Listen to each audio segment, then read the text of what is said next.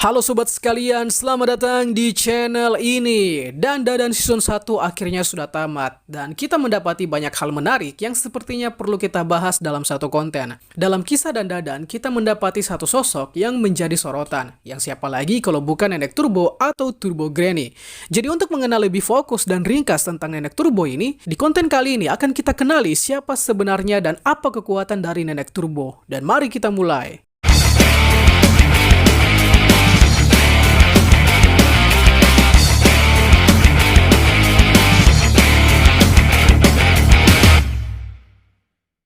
Pertama-tama, siapa sebenarnya Nenek Turbo? Simpelnya, di dalam kisah Dadan, kita ditunjukkan bahwa sosok ini adalah hantu atau yokai dalam istilah Jepang yang berwujud nenek-nenek dengan kemampuan kecepatan super. Sosoknya sendiri sejatinya mengambil referensi dari legenda urban Nenek Turbo yang konon sering muncul di beberapa terowongan dan menakuti pengendara yang lewat di wilayahnya.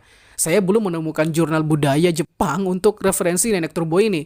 Tapi berdasarkan beberapa artikel, Nenek Turbo memang dipercaya sebagian masyarakat Jepang suka meneror pengendara di beberapa kesempatan.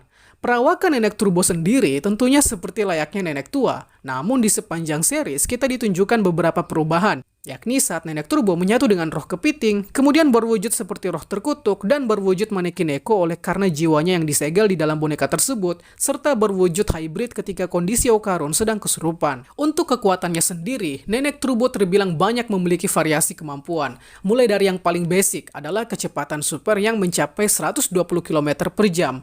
Kecepatan yang kurang lebih sama seperti kecepatan motor matic kalau kalian ngegas sampai di ujung speedometer.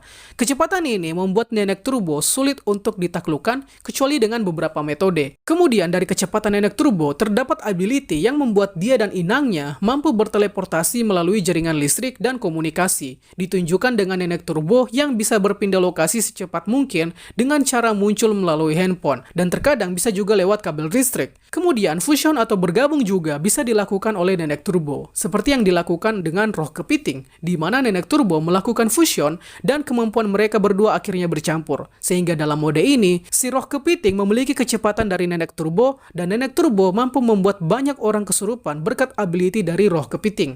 Dan kekuatan Nenek Turbo lainnya adalah keberuntungan. Kekuatan keberuntungan ini didapatkan sebagai hasil dari dikurungnya Nenek Turbo dalam boneka Manekin Neko. Manekin Neko dalam mitologi Asia Timur yang berwujud kucing ini dipercaya sebagai perantara untuk membawa kemakmuran, kebahagiaan, dan keberuntungan. Nenek Turbo selama berada dalam Manekin Neko tercatat sering mendapatkan keberuntungan dan keberuntungan ini dapat berpengaruh ke orang lain. Kekuatan yang sederhana namun cukup powerful karena dalam satu kondisi yang kemungkinan keberhasilannya sangat kecil, keberuntungan Nenek Turbo dapat berguna dan merubah keadaan dengan cepat. Akan tetapi dengan semua ability dari Nenek Turbo, sejatinya dia juga masih memiliki kelemahan. Kelemahan yang paling menonjol adalah dia sangat mudah terprovokasi. Salah satu cara paling mudah untuk memancing dan menjebak Nenek Turbo adalah dengan cara memprovokasinya. Entah itu ditantang balapan maupun dibuat marah.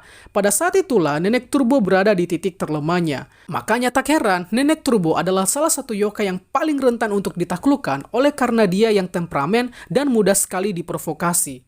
Terakhir, sejauh ini kekuatan Nenek Turbo belum diperlihatkan meningkat secara signifikan. Terlebih kemampuan fusion yang seharusnya bisa digunakan oleh Okarun belum pernah digunakan sama sekali. Dan justru mentok di kecepatan super. Ada kemungkinan dengan berubahnya saga dan Dadan yang makin rumit ini, nantinya kita akan ditunjukkan kekuatan Nenek Turbo yang baru, terlebih ancamannya kini sudah makin tidak masuk akal. Itulah pembahasan kita pada kali ini dan see you next time.